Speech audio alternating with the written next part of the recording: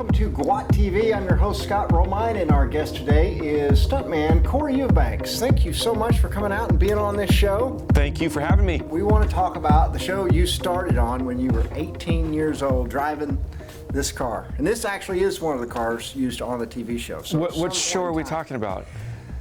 Knight Rider. Knight Rider. Dukes of Hazzard. The reason cameras really were invented was to film the Dukes of Hazzard. That's very true. Not a lot of people know that. That's a proven fact. It's true. Yes. So this was the greatest show. I mean, I grew up on this show, and this show means so much to so many people. It means a ton to people that live in the South, because Hollywood had come to our backyard for once. And you're just a kid. You're just a kid when you started. Yes, I was. I was very, very fortunate. I have to admit that it wasn't because of any talent or expertise that I had. It was because of nepotism. My father knew the executive producer. Whatever works. Whatever works, but that's what got me on the show.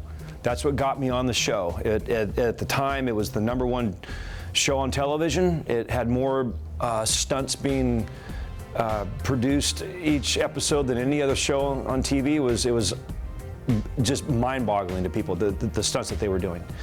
And here I came along as a young kid, that teenager, that really, if I got hurt and sent off to the hospital or whatever, it was no great loss.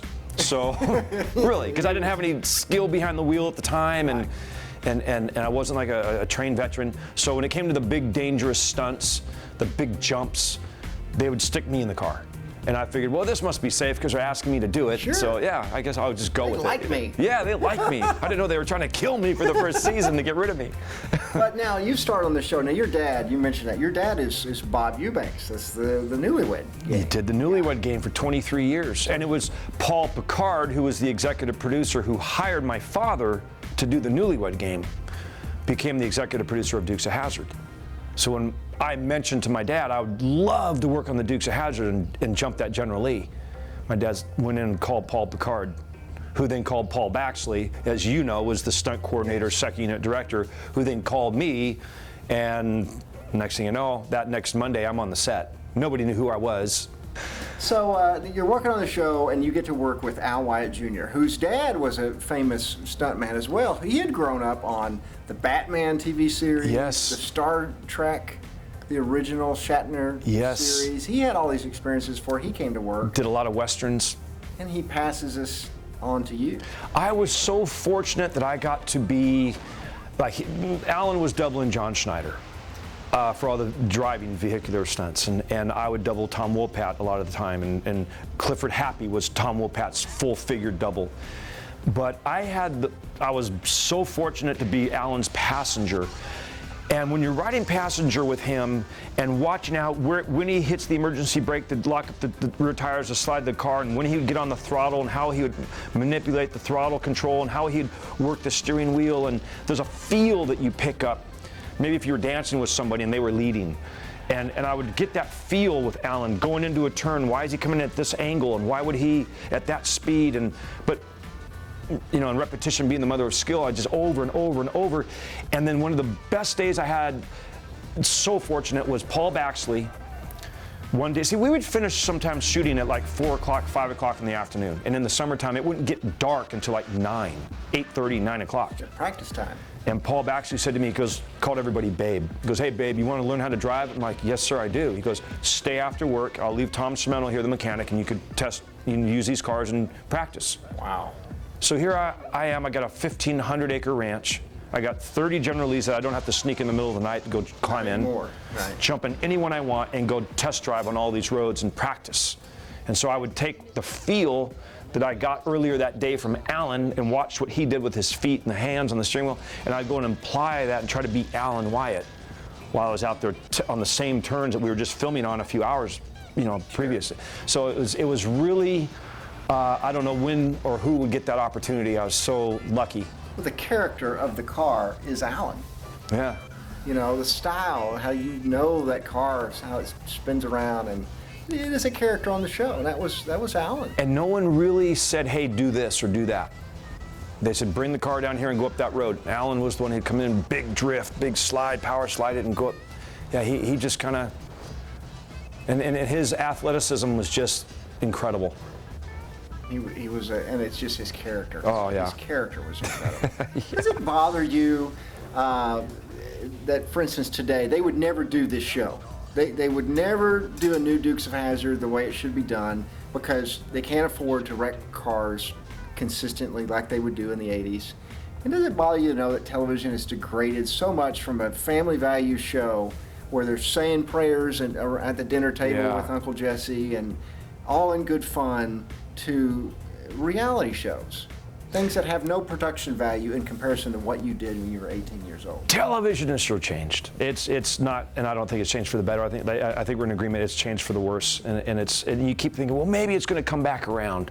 Maybe it's going to come back around, and maybe it will. Maybe it will someday. But man, and as a professional stuntman, it's really taken a huge chunk out of my need in the industry.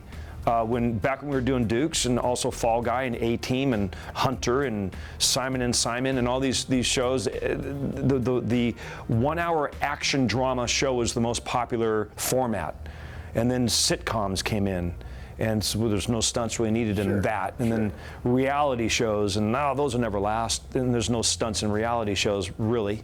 And so it's really taken a big divot out of the need for... So is CGI. So is CGI, yeah. Yeah. You can think of it, you can do it in a computer now. I think it's pretty obvious that eventually it's going to be superfluous to have stuntmen climbing in cars with cages and flipping them over at 60 miles an hour. I think it's all going to be done in a computer. It looks so much better, though. The real thing is so much better. I agree, and a sample of that was when they tried on Dukes of Hazzard to save money. They used miniature cars. Oh, God. And they were throwing little miniature General Lees through the air. I could have filmed that in my backyard. Yeah. And it's bad. And then people were writing in and saying, no, we want to see the real car jump.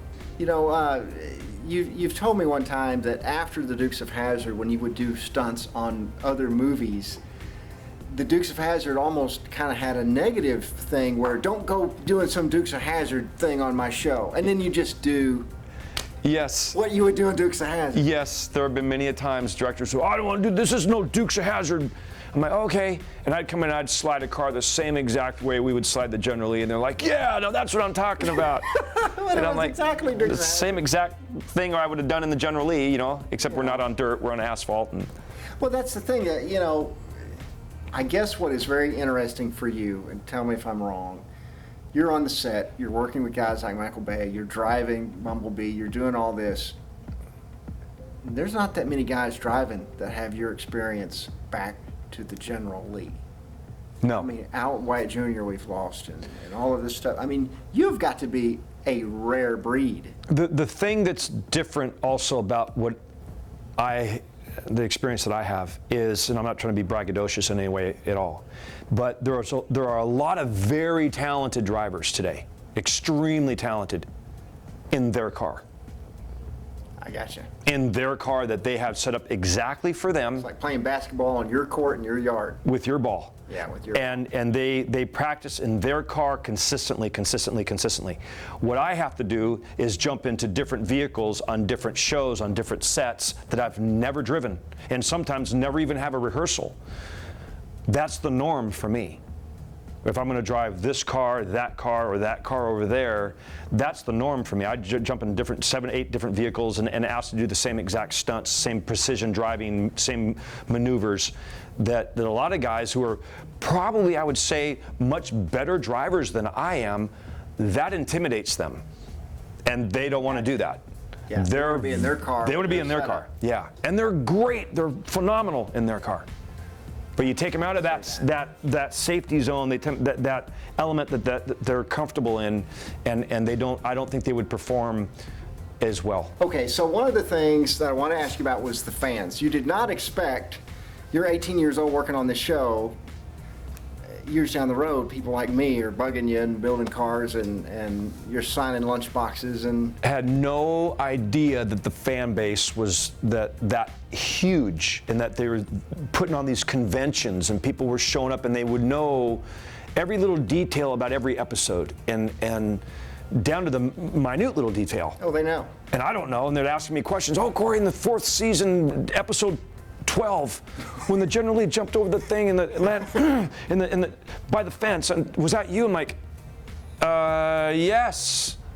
Or no, I don't know if it was me. I don't know. You were the one when Roscoe chased the Duke boys. Remember that one? Oh yeah. That was my favorites. But yeah, but it was like, and I tell you, I was the first stuntman to be invited to go to a Dukes convention. And then I had to get on the phone and call Al Wyatt Jr. and call Gary Baxley and Henry Kingi to educate them about what I just found out. And they're like, no way, you just got to come back. You just got to come back and meet these fans. They want to meet you. They want to hear your stories. And it was awesome. And it grew from there. Oh, huge. I think, what, 130,000 people in 06? That's, yeah, in Nashville. I mean, that's incredible. One of the things at that jump in 06, when I took off and I was coming around the backside of that racetrack, they had parked all these General Lees together and facing each other. And there were guys waving flags. And I'm just focused on getting around the bend to get to my ramp, but I got emotionally wrapped up into these fans have come out to watch me do this. Oh yes. And I started putting my foot into it.